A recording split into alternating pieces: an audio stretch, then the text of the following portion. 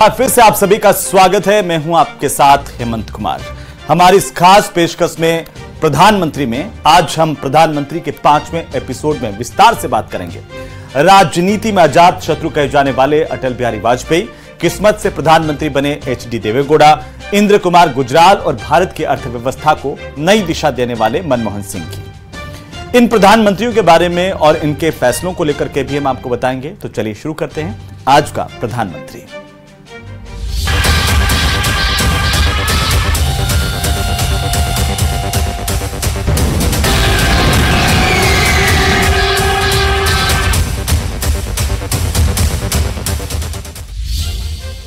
PV Narasimha Rao के बाद एक बार फिर भारतीय राजनीति के क्षितिज पर कांग्रेस का अवसान और गैर कांग्रेसी सत्ताकाल का उदय होता दिख रहा था। हालांकि इस उदयमान सत्ता सूर्य का तेज बहुत प्रखर नहीं था, फिर भी 16 मई 1996 को कई राजनीतिक दलों के समर्थन से भारतीय जनता पार्टी के अटल बिहारी वाजपेयी भारत के 10वें प्रधानमंत्री बने। कवि, पत्रकार और प्रखर वक्ता अटल बिहारी वाजपेयी का जन्म मध्य प्रदेश के ग्वालियर में हुआ था। अटल जी को राजनीति में अजात शत्रु कहा जाता है, लेकिन इस अजात शत्रु शख्सियत के कैसे, कितने गुप्त या प्रकट सियासी शत्रु थे, या ऐसा कहें कि शत्रु अधिक थे या मित्र, ये पता चलने में बस 13 दिन ही कुल लगे। तेज तप बल से रक्षित यह स्वतंत्रता, दुखी मनुष्यता के हित अर्पित यह स्वतंत्रता। इसे मिटाने की साजिश करने वालों से कह दो चिनगारी का खेल बुरा होता है।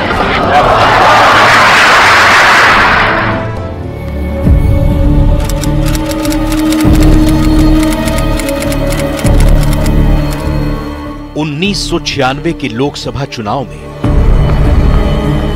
भाजपा देश की सबसे बड़ी पार्टी बनकर उभरी। बीजेपी ने 161 सीटें जीती और गठबंधन सरकार बनाने का दावा किया।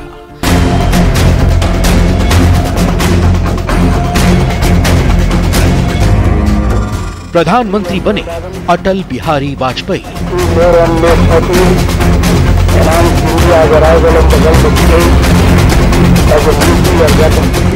लेकिन सदन के पटल पर उनकी सरकार बहुमत साबित नहीं कर पाई। मैं अपना त्याग पत्र राष्ट्रपति महोदय को देने जा रहा हूं। और 13 दिन में ही गिर गई।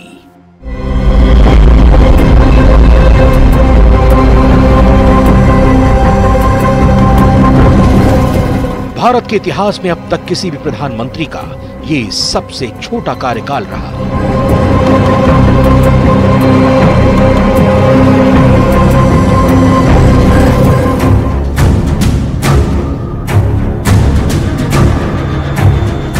उन्नीस 1998 में बीच में ही चुनाव हुए।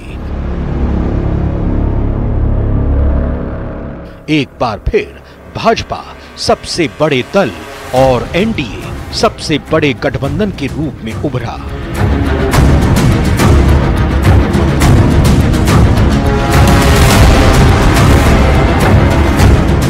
अटल जी दोबारा प्रधानमंत्री बने।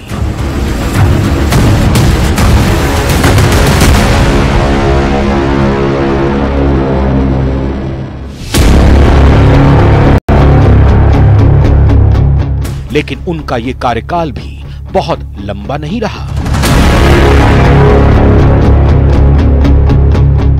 फिर अजात शत्रु के सियासी मित्रों की तुलना में सियासी शत्रुओं का संख्या बल ज्यादा निकला और 13 महीने बाद ही उन्हें इस्तीफा देना पड़ा। मैं अपना त्याग पत्र राष्ट्रपति महोदय को देने जा रहा हूं। हाँ, तीसरी बार 1999 के चुनावों में गठबंधन को पूरा बहुमत मिला और अटल जी ने 2004 तक पूर्णकालिक सरकार चलाई।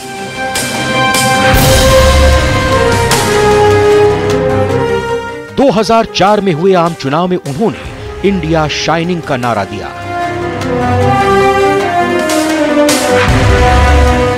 लेकिन उनकी पार्टी को बहुमत नहीं मिल सका।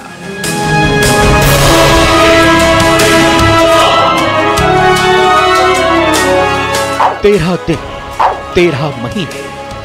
अटल 1951 में जनसंघ की स्थापना करने वाले सदस्यों में से एक थे।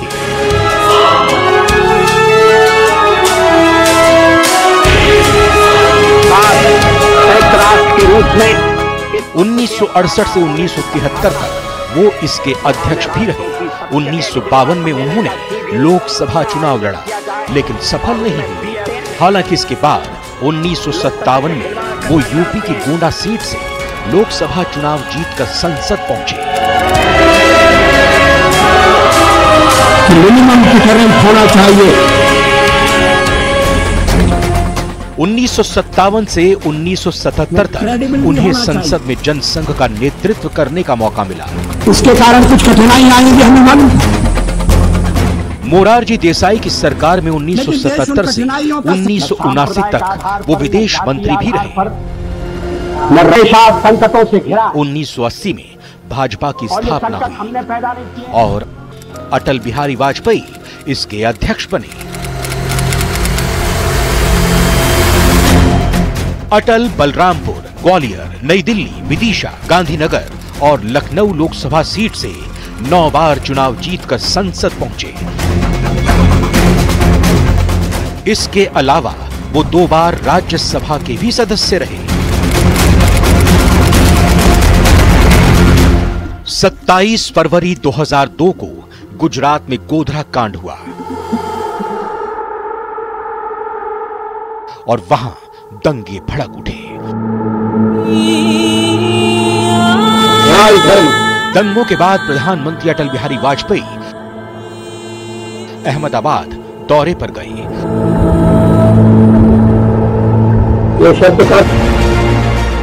वहां मौजूद मीडिया के सामने वाजपेयी ने कहा, मैंने सीएम मोदी को धर्म निभाने के लिए कहा है।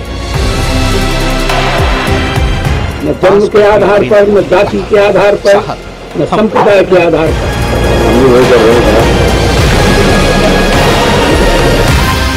एक ही संदेश है कि वो राजधर्म का पालन करें। राजधर्म ये शब्द काफी सार्थक है। मैं उसी का पालन कर रहा हूं, पालन करने का प्रयास कर रहा हूं। अटल बिहारी वाजपेयी ने कभी शादी नहीं की। हालांकि राजकुमारी कौल नाम की एक महिला से उनकी आत्मीयता बताई जाती है। किंशुक नाग अपनी किताब Atal Bihari Vajpayee the man for all seasons में लिखते हैं, 1940 के मध्य की बात है, जब अटल ग्वालियर के विक्टोरिया कॉलेज में पढ़ाई कर रहे थे। उस दौरान उनकी मुलाकात एक लड़की राजकुमारी हक्सर से हुई। दोनों एक दूसरे को प्यार करने लगे। राजकुमारी कौल के पिता गोविंद नारायण हक्सर सिंधिया घराने के शिक्षा विभाग के कर्मचारी थे। उन्होंने अपनी बेटी की शादी 1947 में दिल्ली के कॉलेज में पढ़ाने वाले एक युवा लेक्चरर ब्रिज मोहन कौल से कर दी। छात्रों तथा महिलाओं को भागीदार बनाए। अटल ने राजकुमारी की शादी के बाद अपना पूरा फोकस राजनीति पर केंद्रित कर दिया। अटल जी ने अपने राजनीतिक जीवन में कई बड़े फैसले लिए, जिसमें पोखरण में परमाणु परीक्षण, करगिल युद्ध, मोबाइल क्रांति, स्वर्णिम चतुर्भुज सड़क परियोजना, ग्रामीण रोजगार सृजन योजना एवं NRI के लिए बीमा योजना।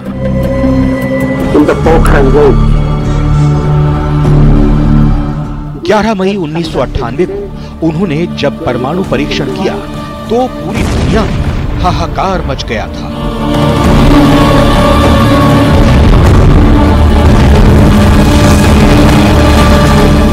कई देशों ने कहा, भारत ये कैसे कर सकता है? सभी विकसित देशों ने भारत पर कई प्रकार के प्रतिबंध लगाने की मांग भी की।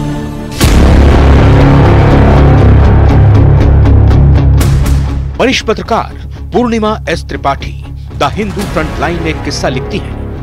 अटल बिहारी लखनऊ में बुद्धिजीवियों, कारोबारियों, ब्यूरोक्रेट और नेताओं की एक बैठक को संबोधित करने वाले थे। होस्ट ने मंच से उनकी भूमिका में कहा,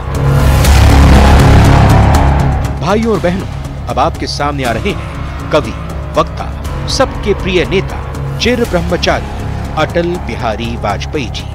अटल स्टेज पर आए, माइक उठाया और मंद मंद मुस्कान के साथ कहा, देवियों और सज्जनों, इससे पहले कि मैं कुछ और कहूं, मैं बता दूं कि मैं कुंवारा जरूर हूं, पर ब्रह्मचारी नहीं। भीड़ कुछ पलों के लिए शांत रही, लेकिन जैसे ही लोगों को उनकी बात समझ आई, पूरा हॉल ठहाकों से गूंज गया।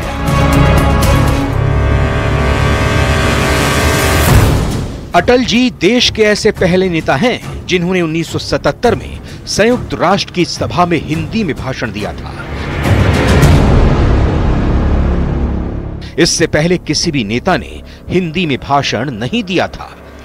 अटल जी ने ही संयुक्त राष्ट्र में हिंदी भाषा को पहचान दिलवाई थी। काल के कपाल पर लिखने मिटाने वाली अटल आवाज 16 अगस्त 2018 को हमेशा हमेशा के लिए खामोश हो गई।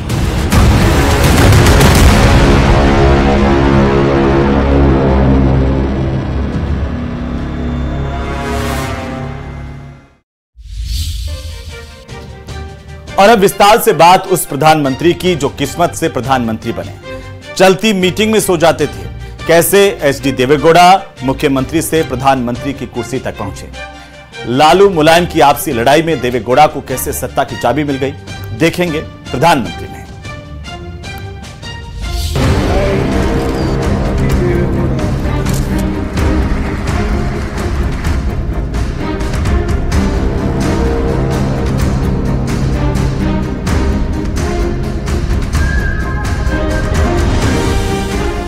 उन्नीस में अटल बिहारी वाजपेयी के नेतृत्व वाली भारतीय जनता पार्टी की 13 दिनों की सरकार के बाद देवेगौड़ा ने सत्ता संभाली थी।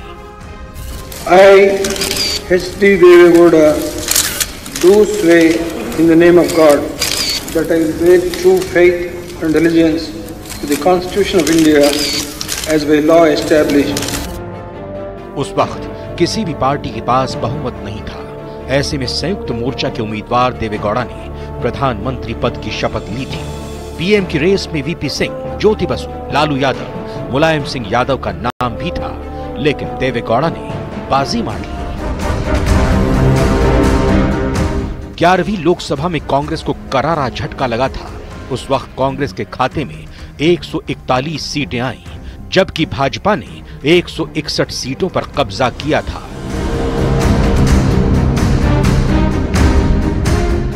देवेगौड़ा के प्रधानमंत्री बनने से पहले कर्नाटक का मुख्यमंत्री बने उन्हें 18 महीने ही हुए थे। उस वक्त तक राष्ट्रीय राजनीति में उनकी कोई बड़ी भूमिका नहीं थी। संयुक्त मोर्चा सरकार में बहुमत का गणित किताबी गणित से कहीं ज्यादा कठिन था। हर दिन सरकार को बचाने या गिराने की कवायद जारी रहती थी। वरिष्ठ पत्रकार रशीद किदवई लिखते हैं, पीएम देवेगौड़ा को अपनी कुर्सी बचाने के लिए बार बार दौड़कर बिहार भवन जाना पड़ता था। फिर बाजी पलटी और लालू चारा घोटाले में घिर गए। इस मामले में सीबीआई ने लालू से पूछताछ की अनुमति मांगी। तब लालू को देवेगौड़ा ने 5 मिनट की मुलाकात के लिए कई दिनों का इंतजार करवाया।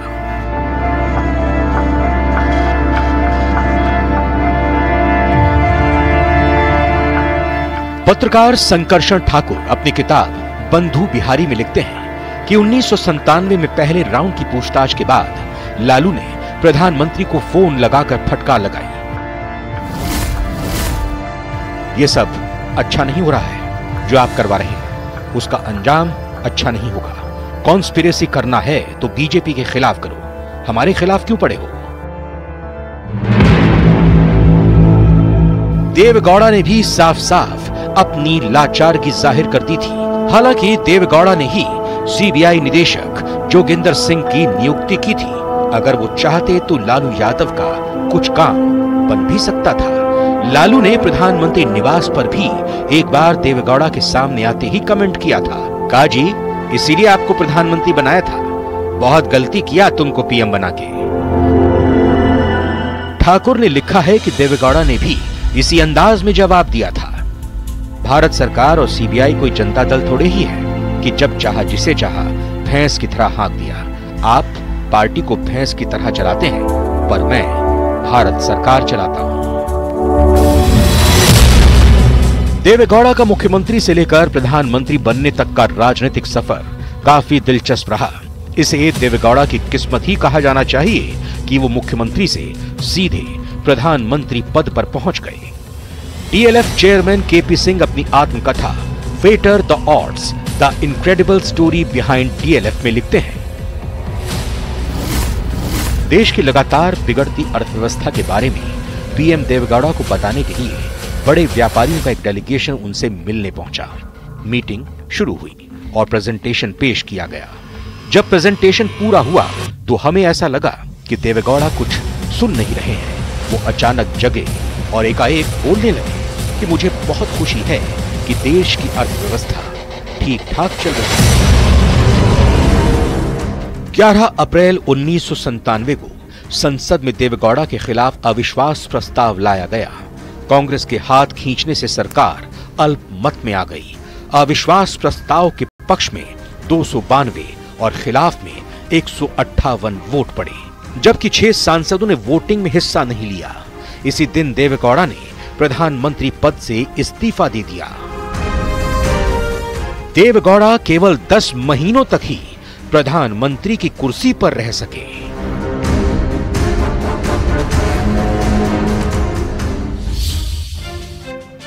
कांग्रेस ने एचडी देवेगौड़ा सरकार से समर्थन वापस लेने की धमकियां शुरू कर दी थी। संयुक्त मोर्चा धर्म संकट में था। साल भर के भीतर दूसरी बार प्रधानमंत्री के नाम पर जद्दोजहद शुरू हुई। तमाम रायशुमारी के बाद इंद्र कुमार गुजराल के नाम पर सहमति बनी। इस फैसले से बेखबर गुजराल घर पर थे। गठबंधन के नेता उनके घर पर पहुंचे।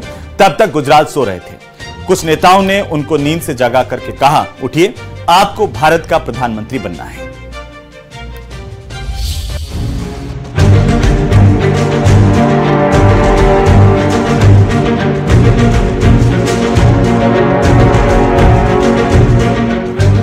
उन्नीस में केंद्र में गठबंधन सरकार का दौर था। लोकसभा चुनाव के बाद अटल बिहारी वाजपेयी देश के प्रधानमंत्री बने। अटल बिहारी वाजपेयी ईश्वर की शपथ लेता हूं। वाजपेयी सरकार 13 दिन के बाद ही गिर गई। मैं अपना त्याग पत्र राष्ट्रपति महोदय को देने जा रहा हूं। फिर प्रधानमंत्री बने एचडी देवेगौड़ा, लेकिन प्रधानमंत्री बनने के 10 महीने बाद ही कांग्रेस ने समर्थन वापस ले लिया और देवेगौड़ा सरकार गिर गई।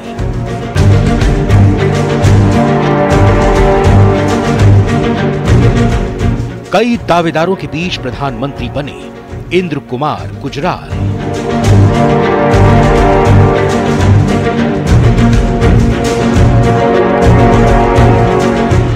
गुजराल का जन्म 4 दिसंबर 1919 को झेलम इलाके में हुआ था, जो कि अब पाकिस्तान में आता है। उन्होंने 1931 में स्वतंत्रता संग्राम में भाग लिया। 1942 में वो भारत छोड़ो आंदोलन में जेल भी गए। 1964 में उन्होंने इंडियन नेशनल कांग्रेस ज्वाइन की। 1973 में सूचना एवं दूरसंचार मंत्री बने। बाद में गुजराल 1980 में कांग्रेस छोड़कर जनता दल में शामिल हुए। गुजराल ने 1989 में जालंधर से और 1991 में पटना से लोकसभा चुनाव लड़ा। हाँ, देवेगौड़ा सरकार में गुजराल विदेश मंत्री भी थे।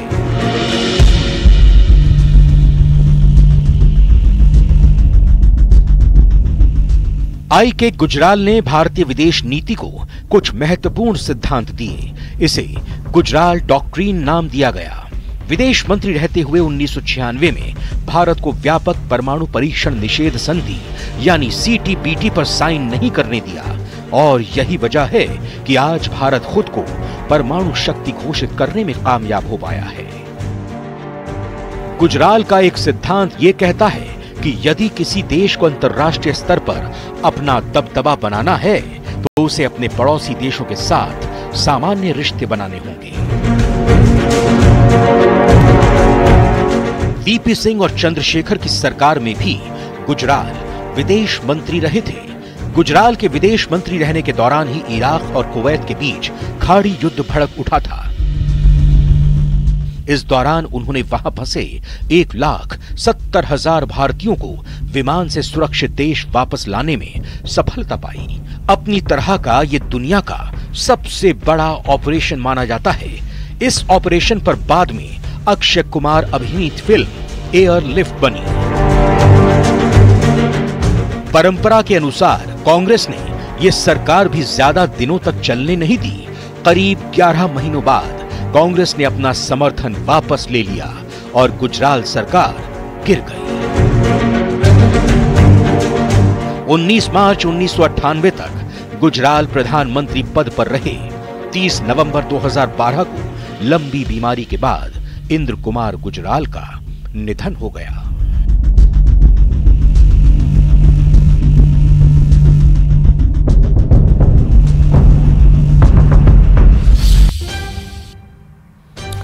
तो अब विस्तार से बात भारत के 13वें प्रधानमंत्री मनमोहन सिंह की।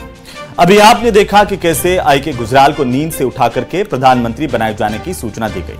मनमोहन सिंह जी को प्रधानमंत्री बनाए जाने का घटनाक्रम इससे भी ज्यादा नाटकीय और फिल्मी है। सोनिया गांधी ने खुद प्रधानमंत्री बनते बनते कैसे प्रधानमंत्री के तौर पर मनमोहन सिंह को प्रधानमंत्री बनाया, पहले राष्ट्रपति भवन में किसके नाम की चिट्ठी तैयार की गई थी, जानेंगे आज के प्रधानमंत्री के इस एपिसोड में।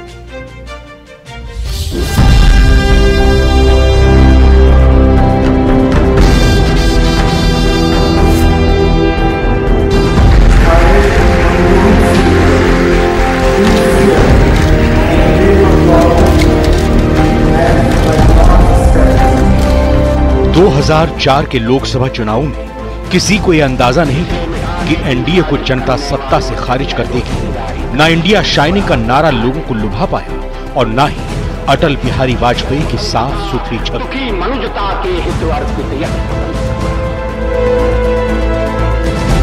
कांग्रेस के रणनीतिकारों ने इस बार गठबंधन की राजनीति करने की ठानी। साथ ही हर तरफ सुर्खियां यही रही कि अगर यूपीए को जीत मिली तो सोनिया गांधी ही प्रधानमंत्री बनेंगी। उस समय किसी को इस बात की भनक भी नहीं थी कि मनमोहन सिंह देश की बागडोर संभालने वाले हैं।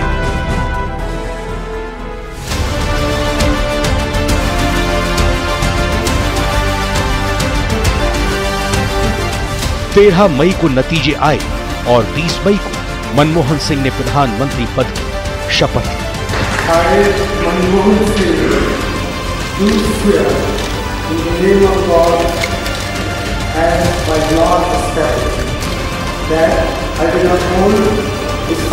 जिन्हें देश में आर्थिक सुधारों के जनक के रूप में पहचान मिली, उनके पीएम बनने तक जितने ट्विस्ट और टर्न आए वो किसी सुपरहिट फिल्म की कहानी से कम नहीं थे।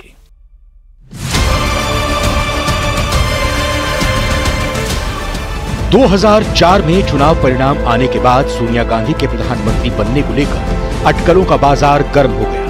सोनिया गांधी के प्रधानमंत्री बनने की खबरें आते ही बीजेपी ने उनके विदेशी बहू और इतालवी मूल के जिन्न को जगाकर राजनीति में उथल-पुथल मचा दी। बीजेपी की दिग्गज नेता सुषमा स्वराज ने तो ऐसी बयानबाजी की जिसे सुनकर हर कोई शॉक रह गया था। उन्होंने कहा था कि अगर सोनिया गांधी को शपथ दिलाई जाती है तो मैं त्याग पत्र दूंगी। ये लड़ाई मैं भिक्षुणी के तौर पर लड़ूंगी, अपने केश कटा दूंगी, जमीन पर सोऊंगी और भुने चने खाऊंगी। इधर राहुल गांधी भी अड़ गए कि सोनिया गांधी प्रधानमंत्री नहीं बनेगी। उथल-पुथल के बीच 18 मई 2004 की सुबह सोनिया राजीव गांधी की समाधि पर पहुंची। उसी शाम सोनिया ने फैसला कर लिया कि वो इस पद को स्वीकार नहीं करेंगी।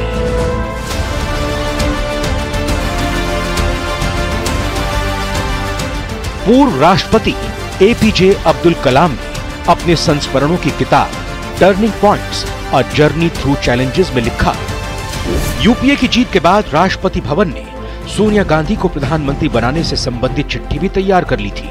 लेकिन जब सोनिया गांधी उनसे मिली और डॉक्टर मनमोहन सिंह का नाम आगे किया तो वो चकित रह गए थे।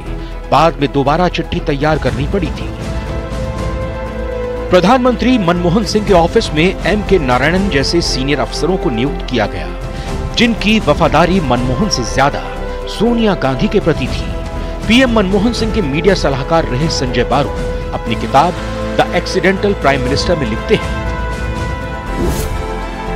मनमोहन सिंह ने खुद उनसे स्वीकार किया था कि कांग्रेस अध्यक्ष के पास सत्ता का केंद्र है और उनकी सरकार पार्टी के प्रति जवाबदेह है। सोनिया का प्रधानमंत्री न बनना एक राजनीतिक स्ट्रेटेजी थी। उन्होंने मनमोहन सिंह को प्रधानमंत्री जरूर बनाया था, लेकिन उन्हें वास्तविक सत्ता नहीं सौंपी थी। अर्थव्यवस्था को लेकर पीएम मनमोहन सिंह ने देश को नई दिशा दी। इससे देश में व्यापार, नीति, औद्योगिक लाइसेंसिंग, बैंकिंग क्षेत्र में काफी लाभ मिला। वहीं अब आपको उनके कार्यकाल के 5 बड़े फैसले बताते हैं। मनमोहन सिंह ने देश में आर्थिक सुधारों के दरवाजे खोले। साल में 100 दिन रोजगार गारंटी योजना को शुरू किया। मनमोहन के ही समय में आधार कार्ड योजना आई थी, जिसकी तारीफ यूएन ने भी की थी। भारत और अमेरिका के बीच न्यूक्लियर डील ऐतिहासिक पल था। तमाम तरह के प्रेशर के बीच भारत ने इंडो यूएस न्यूक्लियर डील को अंजाम दिया। मनमोहन सिंह के ही कार्यकाल में ही राइट टू एजुकेशन कानून भी सामने आया। 2014 के चुनाव में भाजपा को प्रचंड बहुमत मिला और तमाम हाँ, ना, क्यों, कैसे वाले सिनेमाई घटनाक्रम के बाद अर्थ जगत की विशेषज्ञता रखने वाले मनमोहन सिंह ने आकस्मिक प्रधानमंत्री कहे जाते हुए 10 साल तक अपने पद की गरिमा बढ़ाई। और ये थे अब तक के प्रधानमंत्री। आगे देखिए देश के मौजूदा प्रधानमंत्री नरेंद्र मोदी के बारे में विस्तार से रिपोर्ट। कैसे बीजेपी का एक साधारण कार्यकर्ता देश के सबसे बड़े पद तक पहुंचा, देखेंगे अगले सप्ताह प्रधानमंत्री में।